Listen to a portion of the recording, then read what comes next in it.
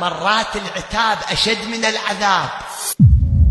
يا أخي مرات هو العتاب أشد أنواع العذاب. يوقفك يقول لك تعال.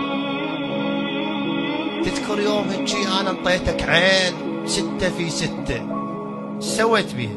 قلت له قال لي قمت تباع بيها بالحرام. صح؟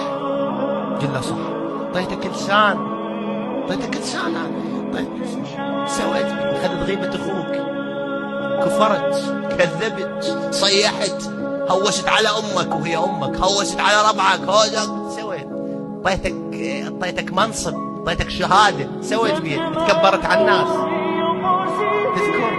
تذكر يوم الكذا سويت هيجي بدي تسوي المعصية وأنا غطيت عليك، كان ما استحيت منك.